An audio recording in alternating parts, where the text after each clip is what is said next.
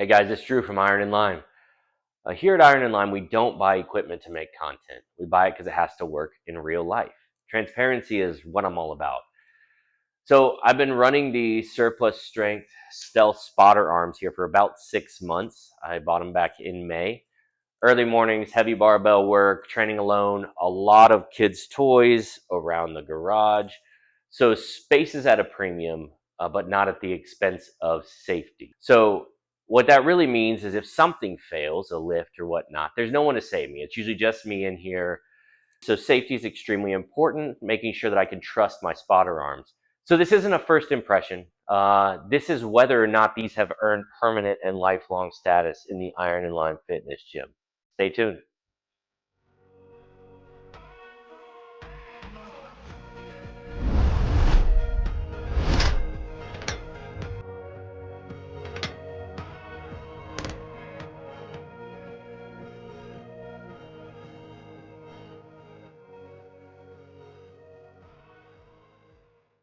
All right, why do these fit in the Iron and Lime way of life? Well, we're about infrastructure for life and infrastructure that works. What's the process and can we improve it? In reality, it means that we need equipment that saves space, reduces friction, lets you train hard without putting you at risk, right? Safety is everyone's number one priority. And as a dad, we want to make sure that I'm here for my kids. And as parents, that I can help buy the right equipment. I want to make sure you guys have good recommendations and good safe equipment that you can depend on. So with that, traditional spotter arms are strong. They can be bulky though. They stick out, they clutter the rack, they're hard to store. Sometimes they're annoying and sometimes people don't use them. That's a safety problem. I started out with the Rogue Safety Spotter Arm 2.0s. Fantastic. You could drop a truck on them. They were super solid, however, they took up a ton of space. I've been around long enough to know that anything that's too annoying to use safety-wise gets ignored sometimes. And that's not the vibe that we want to promote in this gym, and that's not what I recommend for people. So with that being said, everyone should take a look at what their requirements are, what their use cases are, how they train, and what they might potentially be limiting themselves from doing if they do go with the traditional spotter arm that has a large bottom gusset that takes 7 to 8 holes on the rack, and what they may potentially gain by spending a little bit more money and getting a stealth spotter solution. All right, so what's the design overview? Why do stealth spotters exist? Well, it's simple. A stealth spotter only takes up about 7 inches on the rack, or 3 holes, as you can see, maybe 4. And most traditional spotter arms take up 12 to 14 inches, or 7 to 8 holes. So in a garage gym, that difference is astronomical. It's huge. When you're talking about 3 holes versus 8 holes, that means I could go ahead and take this and slide it here where I only have 4 holes of room, and I don't have to move my safety straps because maybe I was doing RDLs on those and I didn't want to move this around, and now I can fit this right here. Maybe I want to do some low bar work and I want to load it up without having to pick up each side of the bar. So I want to do some RDLs or some barbell rows, and having that spotter arm be from holes 1 to 4, 1 to 3 is hugely beneficial versus like something like a Rogue Safety Spotter Arm 2.0, where the lowest hole I can get to is maybe 7 or 8, and have to kind of sacrifice that. So that would limit me to only being able to do that low bar work inside the rack, where my safety straps or my flip down safeties are able to go low enough. By having a pair of the stealth spotters, I'm able to kind of open up the potential and the variability of my workouts to ensure that I can utilize every portion of that beautiful 3x3 upright that has 1 inch holes every 2 inches. And the stealth spotters really give you the ability to kind of be your own creative programmer, if you will, when it comes to doing low and high work within your upright space. All right, let's get to the specifications. I'm not going to belabor this. These are just the facts. You can go to the website and read about this if you want. I've never been a big understander of, hey, it's 7 gauge, it's 11 gauge. I understand the concept, it's stronger, but in reality, These things are massively sturdy. The steel is thick. The owner of the company has a video where he's actually dropping a heavy loaded barbell. I think it's 600 plus pounds on them. They hold up. I myself have had 420 on them for deadlifts. I've dropped 315 on them a couple times, not purposely, but as you can see with the UHMW, it holds up well. It's kind of a textured UHMW versus the smooth UHMW that the flip down safeties of the Rogue has. And I'll kind of put those side by side so you can see them, right?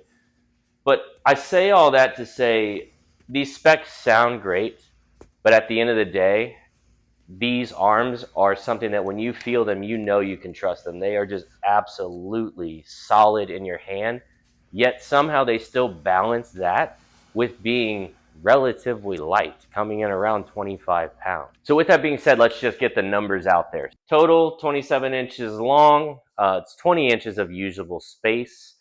There's about 7 inches that it takes up on your rack, or about 3 holes. I would really bake in 4 holes if you're planning other attachments for swinging in. 25 pounds per arm, feels pretty light, easy to slide in. It's steel, which if you feel that versus the Rogue 11 gauge, it feels massively just thick. It's a 1-inch welded stainless steel pin, which is nice. It's got a rear locking pin you can slide. I use the Fringe Sport mag pins, but Surplus Strength also sells speed pins that you can buy as well. It has got UHMW on kind of all components that would potentially come into contact with anything, and it's compatible with all kinds of racks. It's got inline and offset hole patterns, so it'll work with Rep, Rogue, Sorinex, Bells of Steel, other similar 1-inch systems, right? If it's that same ecosystem, this will work for it. So what does that mean, right? This isn't a clever engineering marvel.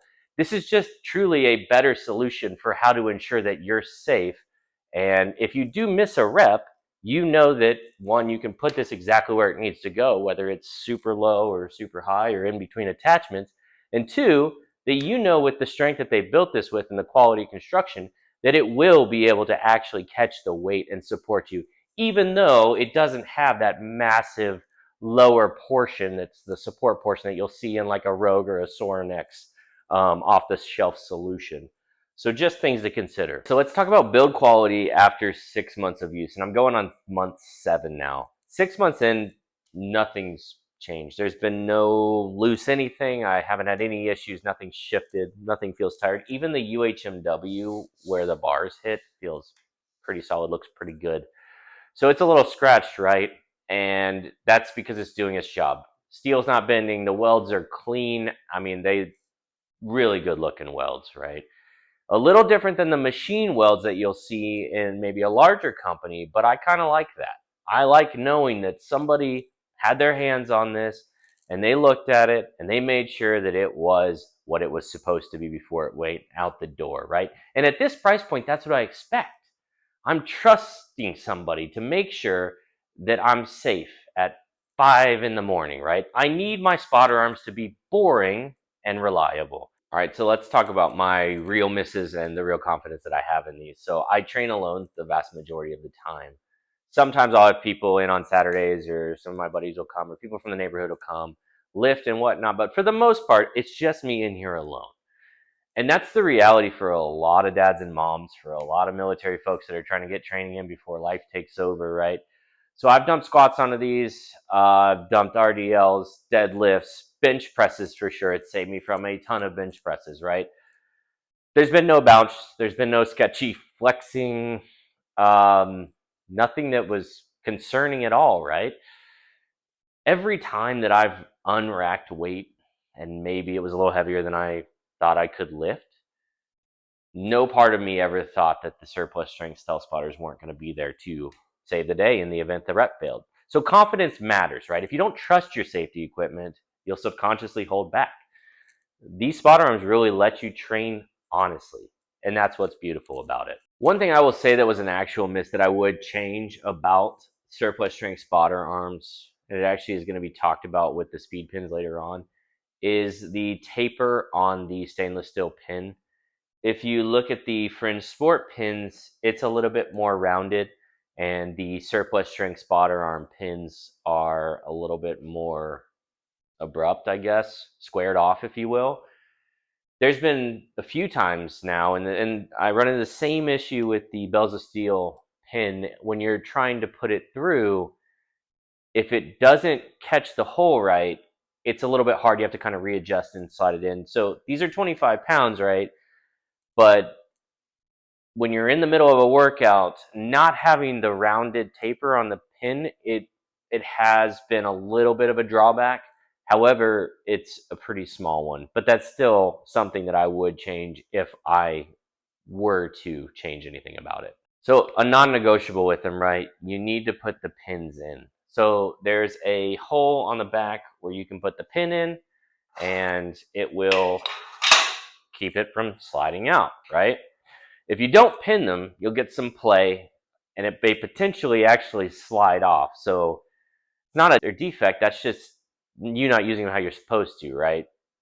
So pin them every time. Ensure that safety is paramount and that you're doing the right thing. Even in the situation that I ran into where I can't use them on the middle rack because I can't get the pins around the shrouds, they have shorty pins that you can slide in there in the event you need to. The lazy way is just to kind of not pin them, or sometimes I'll slide a pin in the side, which really does nothing. But I would definitely recommend, if you're lifting with these and there's a potential to fail a rep, always ensure that you insert the pin in the back properly. All right, so what does the day-to-day flow look like with them? I think this is the part that a lot of reviews don't talk about.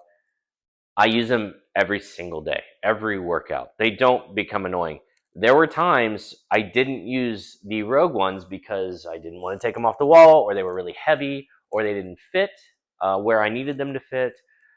These are much easier to live with. So if you want to leave them mounted, easy. They adjust quickly. They don't interfere with cable work. There's no like rotating and pulling. You literally just kind of pull them out, slide them up, push them back in. Pull them out, push them back in. Pin. It's that easy. Less friction equals more consistency, better lifting, more use. So it's not motivational, it's just math, but I do recommend these for those lifters that really want an easy solution, but also want to be safe at the same time. So let's talk about storage. It's a big win. One thing I didn't expect to appreciate as much as I do now is how cleanly they store. So when they're not on the rack, they live perfectly on my Monster 3 tier rack. I just pull it off, I store it there, it's out of the way. There's no awkwardness. The Rogue ones basically took up both of my storage uprights, the strip uprights on the wall. So these have completely changed the game when it comes to that. And as a dad, being able to store something out of the way and just super cleanly and quickly, it makes a world of difference. It basically takes what used to be a hassle to set up the spotter arms into kind of a breeze, which makes it fun to use, makes it easy to use, and then also is a little bit cleaner just overall. And as probably the other parents, and I hope I'm not the only parent here, but having a clean garage is something that I rarely have. There's always a bike or a helmet or a scooter or anything else right on the floor. So it's a big deal if I know that my equipment has a place. So if I know I can pull this off the rack when I'm done with it and take it and throw it on this dumbbell storage and be done with it, that's a big stress relief to me. All right, let's talk about the speed pins, mag pins, and the stainless steel pin. So I originally ordered these with the surplus strength speed pins, which is basically surplus strength's version of mag pins, or for Rogue, it's their kind of pins that go into their attachments, right? So they're fine. They worked. I'll be honest though, the taper was the same taper that's on this stainless steel pin. And I think that's something that Fringe Sport really did well, was the rounded taper and still leaving room for the hole. So there was nothing wrong with these speed pins, but they were more expensive than the Fringe Sport ones. They didn't have the taper. And so I returned them. And Surplus Strength really impressed me with that because I emailed them. They emailed me back the next day. There was no pushback. There was no weird policy. I just put them back in the bag, put them back in the box, and I had a buddy who lives in Nashville drop them off in person, and the whole thing was pretty painless. They're a smaller company, so there's no instant help icon on their website, kind of like Rogue has. It's not a corporate level response. But that's reality, right? And that's kind of the benefit of working with a small company is you're talking to a person that lives it. So they handled it professionally, reasonable, without drama. So big respect to Surplus Strength for their return process, which it's small scale, it's limited in scale. However, typically, if you don't have issues with things like that, returning something that doesn't work for you, the company usually is a pretty stand-up company. I just wanted to make sure that I called that out for Surplus Strength and the recognition of that they were stand-up company when I needed to utilize customer service. All right, so let's talk price and the real comparison. Money, right? Pretending that money doesn't matter is ridiculous. It's dishonest, and I'm not loaded, and I'm not getting free gear. All of this stuff, I have to negotiate pretty heavily with my wife. And sometimes it involves giving up golf and other things that I love to make sure that I can bring this stuff to you. So, all in, these came out to about $616 shipped. That's not cheap at all, and I'm not pretending it is. So, if your primary goal is to save money, you can absolutely spend less. For example, a set of really good Rogue Monster Safety Spotter Arm 2.0s goes for about $351 shipped. They're strong, they're proven, they're excellent, and they're really pretty. They'll do the job. They will protect you. Just understand there's a limitation on how low you can go in the rack to do your safety catches and all that. So just be aware of that, right? So you can save real money going that route. What you're paying extra for when you go with something like this, a stealth spotter arm, is you're getting a smaller footprint, probably a better day-to-day flow, less clutter, a setup that still works and you can switch pretty easily, and you have smoother storage, probably a better storage situation. If you have unlimited space in a commercial gym or a warehouse, the Rogue arms make a lot of sense.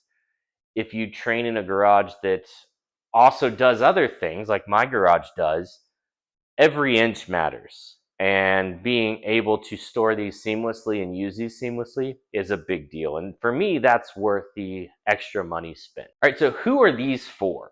These are for people that train alone. They're maybe short on space or storage, and they plan to kind of lift on these and use them in a manner that is actually going to take advantage of what they do special as a strength spotter arm. If you have a dedicated rack and all you do on it is squat and you leave the spotter arms on hole 10 and you never move it, it makes sense to just save the money and get the Rogue ones. But if these are your spotter arm solution and you're moving them up and down and you're doing many different workouts within your programming, then buy what fits your reality. Just make sure you understand that you're going to spend a little bit more, but you're also getting more capability. All right, so the final verdict, right? These have earned a permanent rack status in Iron and Lime Fitness. These are going to be my spotter solutions going forward. I don't plan to ever change. I may get a new set or replace the UHMW, but I really do buy for life, or I try to, as I'm selling my FM6 to then procure an Indy and a standalone CTM1. I try to buy for life. These things are not hype, they're actual quality, and they ensure that you're reducing risk by increasing, ease of training. So that's really what good strength equipment is about, and good infrastructure. Here at Iron and Lime, we give Surplus Strength Stealth Spotter arms our highest recommendation. Well, thanks. This is Drew from Iron and Lime, and I hope that you stay strong. So strength for life, fitness for all. Thank you.